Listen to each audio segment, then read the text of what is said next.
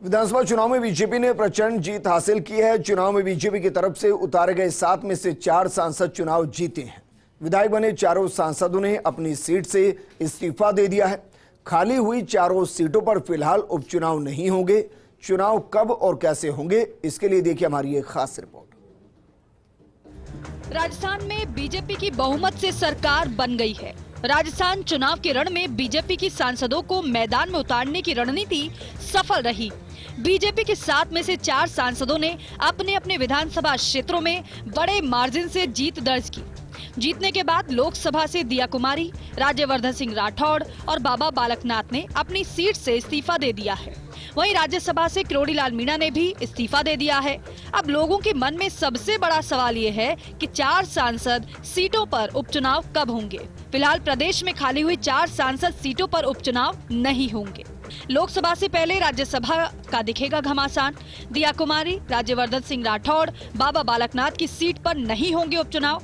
राज्यसभा की 10 में से 3 सीटें 3 मार्च 2024 को होंगी रिक्त। डॉक्टर किरोड़ीलाल मीणा का कार्यकाल भी 3 मार्च को हो रहा है समाप्त। लोकसभा और राज्यसभा दोनों का चुनाव साथ होगा। संविधान के अनुच्छेद 101(2) के मुताबिक विधानसभा चुनाव जीतने वाले व्यक्ति को नोटिफिकेशन जारी होने के 14 दिन के अंदर एक सदन से इस्तीफा देना होता है।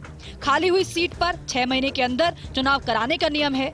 मौजूदा लोकसभा का कार्यकाल 6 महीने के अंदर ही खत्म हो रहा है। इस वजह से खाली लोकसभा सीटों पर उपचुनाव नहीं होंगे। लोकसभा और राज्यसभा दोनों सांसदों का चुनाव साथ ही होगा। लोकसभा चुनाव से पहले राज्यसभा की 3 सीटों के लिए घमासान मचेगा। दरअसल जनवरी में राज्यसभा चुनाव होने हैं। राज्यसभा की 10 में से 3 सीट 3 मार्च 2024 को खाली होने जा रही है। इनमें से डॉक्टर किरोड़ीलाल मीणा की सीट भी शामिल है। राजस्थान से चुनकर राज्यसभा में गए पूर्व प्रधानमंत्री मनमोहन सिंह और केंद्रीय पर्यावरण मंत्री भूपेंद्र यादव की सीट भी शामिल है। राज्यसभा के लिए जनवरी के अंतिम सप्ताह में वोट डाले जा सकते हैं।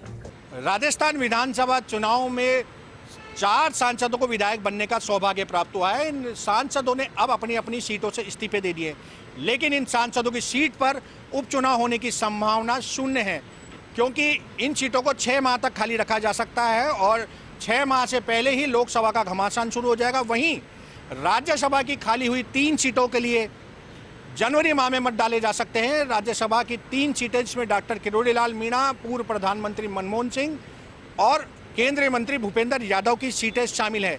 फर्स्ट इंडिया के लिए पंकज सोनी।